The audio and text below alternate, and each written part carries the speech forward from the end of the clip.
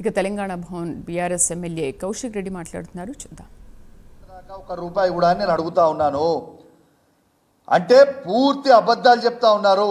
తెలంగాణ ప్రజలారా మీకు దండం పెట్టి చెప్తా ఉన్నాను, రేవంత్ రెడ్డి గారు పక్కా మోసం చేస్తూ ఉన్నాడు. మళ్ళా కేవలం సర్పంచ్ ఎలక్షన్ల కోసం, జెడ్పీటీసీ ఎలక్షన్ల కోసం, ఎంపీటీసీ ఎలక్షన్ల కోసం, కౌన్సిలర్ ఎలక్షన్ల కోసం మీకు అబద్ధాలు చెప్పే ప్రయత్నం మరొక్కసారి చేస్తూ ఉన్నారు. ఎందుకు చెప్తున్నా అంటే నిన్నేమన్నాడు, 26 తారీఖున మీకు జనవరి 26 తారీఖున రైతు బంధు ఏమైనా టక్ ఇవాళ జనవరి 26 తారీఖున మీకు టకీ టకీ టకీ అని మీ అకౌంట్లో పడతాయి రైతు బంధు అని చెప్పినావు. నీ టకీ టకీ ఎక్కడ పోయింది, నీ బొందాన్ని బొకము ఎక్కడికి పోయింది రేవంత్ రెడ్డి అని నేను అడుగుతున్నా. నీకు సిగ్గులేదని కొంచెం కూడా. ఇలా 26 తారీఖు అయింది, నేను ఎన్ని ఎకరాలకు వేసినావు? నాకు 500 ఎకరాలకు వేసినట్టున్నావు ఆ రోజు. మరి ఈ 3 రోజుల నుంచి మళ్ళీ ఒక్క రూపాయి ఎందుకు పడలే? ఈ 27 తారీఖు ఏమైంది, 28 తారీఖు ఏమైంది, 29 తారీఖు ఏమైంది, 30 తారీఖు ఏమైంది? అంటే ఫిబ్రవరి 5వ తారీఖు ఎలక్షన్ కోడ్, ఎమ్మెల్సీల ఎలక్షన్ కోడ్ వచ్చింది. కోడ్ ద్వారా అన్నీ కూడా ఎగ్గొట్టి ఇలా ప్రజలకు అందరూ కూడా ఎలక్షన్ కోడ్ వచ్చింది, నేను ఏం చేయాలని చెప్పే ప్రయత్నం చేస్తూ ఉన్నాడు. ఇలా అంటే ఏం చేస్తుడు? ఇలా ఈ 1 మంత్ ఎమ్మెల్సీ ఎలక్షన్ కోడ్, తర్వాత సర్పంచ్ ఎలక్షన్ కోడ్, తర్వాత ఎంపీటీసీ జెడ్పీటీసీ ఎలక్షన్ కోడ్, తర్వాత కౌన్సిలర్ల ఎలక్షన్ కోడ్. అంటే ఒక 6 నెలల పాటు ఇలా కేవలం ఎలక్షన్ కోడ్ మీద ఇవన్నీ కూడా జరిపే ప్రయత్నం చేస్తూ ఉన్నారు. నిన్న కూడా మళ్ళీ సర్పంచ్ దానికోసం ఎలక్షన్ల కోసం నా హుజరాబాద్ నియోజకవర్గంలో శాచ్యురేషన్ మోడ్లో కేసీఆర్ గారు దళిత బంధు అనే పైలట్ ప్రాజెక్ట్ మొదలు పెడితే ఇలా అద్భుతంగా 18,500 మంది కుటుంబాలకి నా నియోజకవర్గంలో మాత్రం ఇచ్చినప్పుడు, ఈయన అధికారంకి వచ్చిన తర్వాత నా నియోజకవర్గంతో పాటు యావత్ తెలంగాణలో ఉన్న 119 నియోజకవర్గాలలో అన్ని నియోజకవర్గాలలో దళిత బంధుని ఆపిండు రేవంత్ రెడ్డి గారు. ఇలా కేసీఆర్ గారి నాయకత్వంలో మేము అద్భుతంగా పోరాటం చేసిన తర్వాత నిన్న ఇలా అది రిలీజ్ చేయమని చెప్పి నేను ఆర్డర్ ఇచ్చిండు.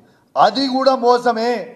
ఎందుకంటున్నా అంటే 5 రోజుల ఎలక్షన్ కోడ్ వస్తే, ఖచ్చితంగా 5 రోజుల ఎలక్షన్ కోడ్ వస్తే మళ్ళీ ఎలక్షన్ కోడ్ ఉంది అని చెప్పి మళ్ళీ ఆపే ప్రయత్నం చేస్తూ ఉన్నాడు. ఇది వాస్తవము. నేను ఒక్కటే చెప్తున్నా, రేవంత్ రెడ్డి గారు, తెలంగాణ ప్రజలు చాలా చైతన్యవంతుల ప్రజలు. నువ్వు జాదా హుషారి జానుకు కత్రా అవుతుంది నీకు. నేను ఇవాళ నువ్వు ఇంద్రమ్మ ఇండ్లు మొత్తము అందరికి ఇచ్చిన తర్వాతనే నువ్వు ప్రతి గ్రామంలో సర్పంచ్కి కానీ, ఎంపీటీసీ కానీ, జెడ్పీటీసీ కానీ, కౌన్సిలర్కి కానీ నువ్వు ఓట్లు అడగాలి. ఇలా ప్రతి ఒక్కరికి ఆత్మీయ భరోసా నువ్వు వేసిన తర్వాతనే, 1,02,00,000 మందికి నువ్వు వేసిన తర్వాతనే నువ్వు సర్పంచ్ కానీ, ఎంపీటీసీ కానీ, కౌన్సిలర్లకు కానీ నువ్వు ఓట్లు అడగాలి. ఇవాళ నువ్వు ప్రతి ఎకరానికి రైతు బంధు వేసిన తర్వాతనే ఇవాళ నువ్వు సర్పంచ్కి కానీ, ఎంపీటీసీ కానీ, జెడ్పీటీసీ కానీ, కౌన్సిలర్ కానీ నువ్వు ఓటు అడగాలి.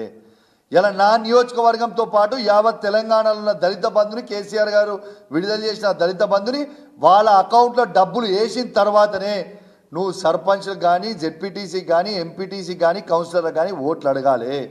నువ్వు ఓట్లు అడిగి నువ్వు ఇవి అన్నీ ఇవ్వకుండా నువ్వు ఓట్లు వచ్చి అడిగితే ప్రజలు మాత్రం ఇంతకుముందు నిన్ను గిప్ప గుద్దినట్టు, నీ అఫీషియల్ ట్విట్టర్ అకౌంట్లో పెడితేనే ప్రజలు నిన్ను గిప్ప గుద్దినట్టు మళ్ళీ అప్పుడు కూడా ఆ ఓట్ల గిప్ప గుద్దుదురు ఖాయం.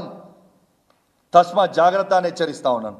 దాంతోపాటు అదేవిధంగా మేము పెట్టలే, ఇది కూడా ఆర్టీవీ వాళ్ళు పెట్టిండ్రు.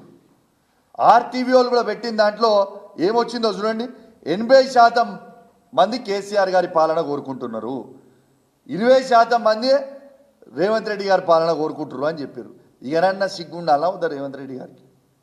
రేవంత్ రెడ్డి గారు దున్నపోతు మీద వర్షం పడితే కనీసం ఆ దున్నపోతు తోకన్న ఆడిస్తుంది. ఈ ప్రభుత్వం మీద వర్షం పడినా ఇలా కనీసం ఇంచు కూడా కదలకుంటున్నారు. ఆ దున్నపోతే